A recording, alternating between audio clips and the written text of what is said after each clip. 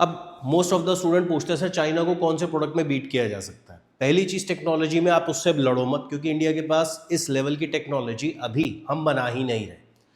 ऐसे कुछ प्रोडक्ट जिसकी इंडिया में मोनोपोली हो सकती है वर्ल्ड वाइड, और ये प्रोडक्ट जो मैं अब बताने जा रहा हूं ये आपको, इसके बारे में मुझे नहीं लगता आपको नॉलेज होगी। अकेला यूएसए की बात करूं तो यूएसए $127 मिलियन का इंपोर्ट करा है। इसके बाद है वियतनाम, $20 मिलियन का तो अकेले ये भाई साहब इंपोर्ट करा रहे हैं। उसके बाद है ऑस्ट्रेलिया, लगभग $8 मिलियन का ये इंपोर्ट करा रहे हैं। और उसके बाद इंडोनेशिया, मलेशिया और सिंगापुर, ये टॉप कैटेगरी में आते हैं। अगर इस प्रोडक्ट में काम कर गए तो लॉटरी लगेगी। आप सोशल मीडिया पे जितने वीडियो देख रहे हो, अगर फ्रूट वेजिटेबल की बात करूं, अगर आपका बैकग्राउंड है बहुत अच्छी बात है, आप उस स्टेट में बैठे हो जहां पे इसका प्रोडक्शन हो रहा है, बहुत अच्छी बात है।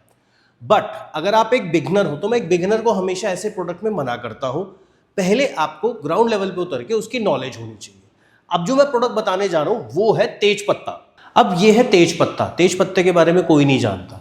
मैंने आपको दिखाया कि यूएसए हो गया, ऑस्ट्रेलिया हो गया, वियतनाम हो गया, ये सारे तेज पत्ता इंपोर्ट करा रहे हैं। अकेला यूएसए $120 मिलियन का इंपोर्ट करा रहा है। हुआ क्या था, इसकी शुरुआत कैसे हुई? वेस्ट बंगाल के एक फार्मर थे जिसका नाम था सुकुमार वर्मा। 2007 में इन्होंने डिसीजन लिया। अब ये डिसीजन क्या है? नॉर्मली अगर मैं एक बात करूं कि एक फार्मर जो है ज्यादातर उसी चीज को प्रोड्यूस करना चाहता है जो वो इजीली बिक जाए, वॉल्यूम बेस्ड काम हो। मैं कहता हूं कि अगर सपोज करो मैंने करेला बोया और करेला निकला, तो करेला खाने वाले कम है तो उसका माल बिकता नहीं है। प्रॉफिट चाहे भले ही हो लेकिन माल बिकेगा तभी अर्निंग होगी। तो फार्मर आज की डेट में रिस्क नहीं लेना चाहता। तो चाहते तो ये भी ये काम कर सकते थे, भाई नॉर्मल आलू प्याज टमाटर ही अपना होगा और उसको बेचो। बट इन्होंने कहा कि भैया एक माइंड में थॉट प्रोसेस आया कि हमें आगे बढ़ना है, कोई तो ऐसा प्रोडक्ट होगा जो मुझे कंपटीशन से दूर रखेगा। मार्केट में इन्होंने देखा यार ये गेहूं चावल आलू प्याज टमाटर में ऑलरेडी कंपटीशन है, तो ऐसा मैं क्या करूं। अब इनके दिमाग में आया यार 2007 में बे लीफ का प्रोडक्शन किया जाए।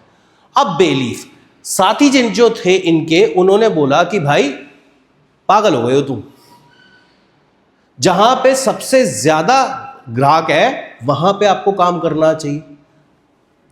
आउट ऑफ द बॉक्स ये चले गए। अब इसका रिजल्ट क्या निकला? आज की डेट में इनकी वजह से 400 करोड़ की इंडस्ट्री हो गई। इस 400 करोड़ की इंडस्ट्री को यह अनुमान लगाया जा रहा है कि अगर और लोग भी इसमें जुड़े और एक्सपोर्ट करें तो ये 4 से 5 हजार करोड़ तक ये इंडस्ट्री बढ़ सकती है। फिलहाल अभी 10,000 लोगों को इसने एम्प्लॉयमेंट दी हुई है।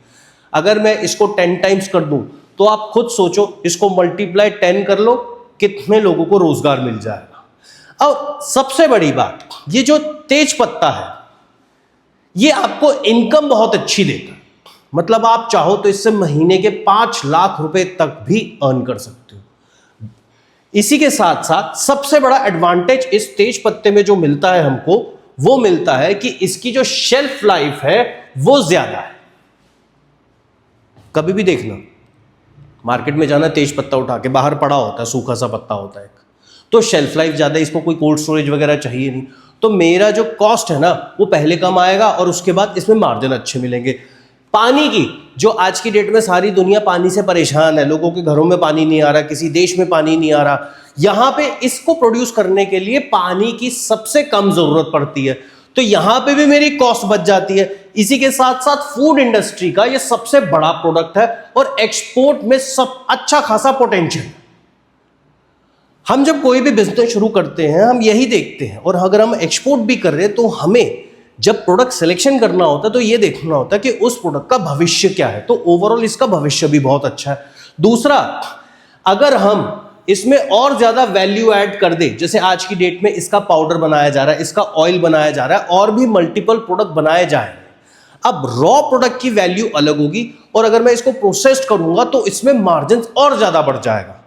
ये वही बात हुई कि आप अनियन को एक्सपोर्ट कर रहे हो दुबई में, बट अनियन पाउडर को मैं एक्सपोर्ट करूंगा तो वो महंगे दाम पे बिकेगा और मार्जिन भी अच्छा होगा। अनियन ऑयल को अगर मैं एक्सपोर्ट करूंगा तो वो भी महंगे दाम पे बिकेगा और मार्जिन अच्छा होगा। तो मतलब इसमें अपॉर्चुनिटीज बहुत है। और आपने शायद सुना भी नहीं होगा, क्या आपने अभी तक ये चीज सुनी है कि भैया ये बंदा बे लीफ में काम करता है, ये तेज पत्ता को एक्सपोर्ट करता है? कोई नहीं होगा, आपके पड़ोस में भी कोई नहीं होगा। यहां पे बहुत सारे फार्मर्स आए हुए हैं, नहीं है ना? तो ऐसे प्रोडक्ट में मैं क्यों ना काम करूं जिसमें कंपटीशन बिल्कुल नहीं है। अब सबसे बड़ी बात, इसके मार्जिन्स की हमने बात की, इसके बाद हम बात करते हैं कि भैया इसके कौन कौन से सेक्टर है, कौन कौन से बायर्स हैं। सबसे पहली चीज तो देखो यार, मसाले की इंडस्ट्री का ये एक की इंग्रेडिएंट है। जहां पे भी जिस जगह पे मसाला लगता है, टोमेटो केचप इंडस्ट्री है मसाला लगता है, चिप्स इंडस्ट्री है मसाला लगता है, फूड इंडस्ट्री है मसाला लगता है, रेस्टोरेंट है मसाला लगता है, जिस इंडस्ट्री में मसाला लगता है या किसी भी तरीके का स्पाइस ब्लेंड बनता है तो वहां पे आप इसको यूज कर सकते हो। इसी के साथ साथ होलसेल मार्केट्स है, अपनी ब्रांडिंग कर सकते हो, इंटरनेशनल एक्सपोर्ट मार्केट है। हर्बल प्रोडक्ट्स में इसका सबसे ज्यादा यूज होता है और फूड प्रोसेसिंग यूनिट्स तो जैसे मैं हर बार बोलता ही, अगर जो लोग कम पैसों में काम शुरू करना चाहते हैं उनके लिए बेस्ट है। वो लोग ये चाहते हैं कि कम पैसों में भी शुरू करें, 12 महीने मेरा काम भी रहे, ऑर्डर भी बल्क में आए, मार्जिन भी अच्छा हो, तो भाई हमें ऐसे ही प्रोडक्ट में जाना चाहिए। कॉमन प्रोडक्ट में जाओगे कभी नहीं कमाओगे। ऑलरेडी जिस जिस चीज को सारे काम कर रहे हैं उसमें जाना क्यों। अब ऐसे फार्मर्स से, ऐसे एग्जाम्पल से हमें क्या सीख मिलती है? हमें सबसे बड़ी सीख ये मिलती है कि भैया जब तक मैं कोई बोल्ड डिसीजन नहीं लूंगा, जब तक मैं थोड़ा रिस्क नहीं लूंगा, तब तक मैं आगे नहीं बढ़ सकता। और प्लस आज की डेट में मार्केट में लॉन्ग टर्म तक अगर टिके रहना है तो मुझे इनोवेशन पे काम करना पड़ेगा। आप सब लोग यहां पे फार्मर हो, क्या इनोवेट किया है आपने? इस चीज को सोचो, क्या करना चाहते हो इस चीज को सोचो। क्या कोई वैरायटी और ज्यादा बना सकते हो? आपके देखिए फादर भी फार्मर है, ग्रैंडफादर भी फार्मर थे, तो भाई अगर मैं उसी प्रोडक्ट को मार्केट में लाऊंगा तो ऑलरेडी 40-50 साल से उसमें कंपटीशन है। तो सबसे बड़ी बात, क्या इनोवेशन मैं कर सकता हूं। प्लस एक फार्मर को ये चीज पहले, अगर मुझे फार्मिंग करनी है, मैं चाहता हूं, मैं एक बिगनर हूं, मैं एक जमीन लेके फार्मिंग करना चाहता हूं, टैक्स है नहीं उसके अंदर, एक्सपोर्ट में भी कमाई है, डोमेस्टिक मार्केट में भी कमाई है, तो भाई कंपटीशन से हटके क्या मैं दे सकता हूं। तो एक बिगनर के लिए भी सबसे अच्छा प्रोडक्ट है, एक राइट क्रॉप है, आप जिसको सेलेक्ट कर सकते हो। मतलब पहले मैं कहूंगा जो लोग फार्मर नहीं है वो ट्रेडिंग करें, और जो लोग फार्मर है थोड़ा थोड़ा ही सही शुरुआत तो करिए। समझ आया? International trade, import export business में अगर कामयाब होना है तो आपको आउट ऑफ द बॉक्स सोचना पड़ेगा। अगर आप सोचे सिर्फ गूगल पे बैठ के, ऑनलाइन बैठ के आपको सारी नॉलेज मिल जाएगी और आप काम कर लेंगे, नहीं। हो सकता है वो नॉलेज पुरानी हो सकता है मार्केट चेंज हो चुकी हो। एक बिजनेसमैन या एक इंपोर्टर और एक्सपोर्टर तभी सक्सेसफुल हो सकता है जब वो प्रेजेंट में जी रहा है और फ्यूचर के बारे में सोच रहा है और फ्यूचर के हिसाब से प्लान कर रहा है, तब तो आप काम कर लोगे, अदरवाइज आप नहीं कर सकते। ये क्लियर है? ठीक है। अब इसके बाद जो सेशन शुरू करने जा रहा हूं वो बहुत इंपॉर्टेंट है, ध्यान से समझना एक एक चीज को, और जिसके दिमाग में कोई भी क्वेश्चन है तो जरूर पूछना। अब एक इंफॉर्मेशन आप लोगों के लिए जो वीडियो के माध्यम से हमसे जुड़े हुए हैं, हमारी इंपोर्ट एक्सपोर्ट बिजनेस की ट्रेनिंग में कोई बुक और कोई थ्योरी का यूज नहीं किया जाता। ये ट्रेनिंग 100% प्रैक्टिकल और लॉजिकल होती है। कल ये सारे पोर्ट के अंदर जाएंगे और पोर्ट के एक्सपर्ट्स द्वारा ट्रेनिंग लेंगे और कस्टम क्लियरेंस और शिपिंग का प्रोसेस सीखेंगे।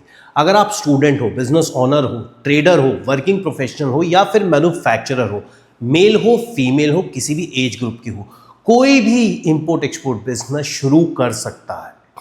बेसिक से लेकर एडवांस लेवल तक हम आपको सिखाएंगे इंपोर्ट एक्सपोर्ट बिजनेस कैसे किया जाता है, कौन से प्रोडक्ट में करना चाहिए। अगर आपको प्रोडक्ट की बिल्कुल नॉलेज नहीं है तो घबराइए मत, हम आपको बताएंगे एक्सपोर्ट के लिए बेस्ट प्रोडक्ट कौन से हैं और इंपोर्ट के लिए बेस्ट प्रोडक्ट कौन से हैं।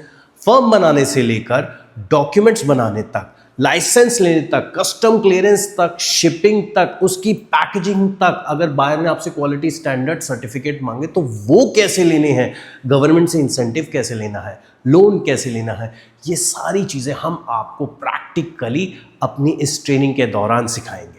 तो दिल्ली में हमारी जो ट्रेनिंग होने जा रही है 23 से 25 जुलाई 2026, कोलकाता में होने जा रही है 6 से 8 अगस्त 2026 और मुंबई में होने जा रही है 13 से 15 अगस्त 2026 को। तो स्क्रीन पे आपके ये नंबर आ रहा होगा, इस पे कॉल करके आप आज ही रजिस्ट्रेशन करा सकते हैं। और कोई भी ट्रेनिंग अगर ज्वाइन करना चाहते हैं तो अगर आप फ्लाइट से आ रहे हैं, ट्रेन से आ रहे हैं, अभी ही टिकट बुक कर लीजिए, क्योंकि बाद में लोगों को टिकट नहीं मिल पाती। तो इस वीडियो में इतना ही, मिलता हूं अगले वीडियो में, तब तक के लिए जय हिंद।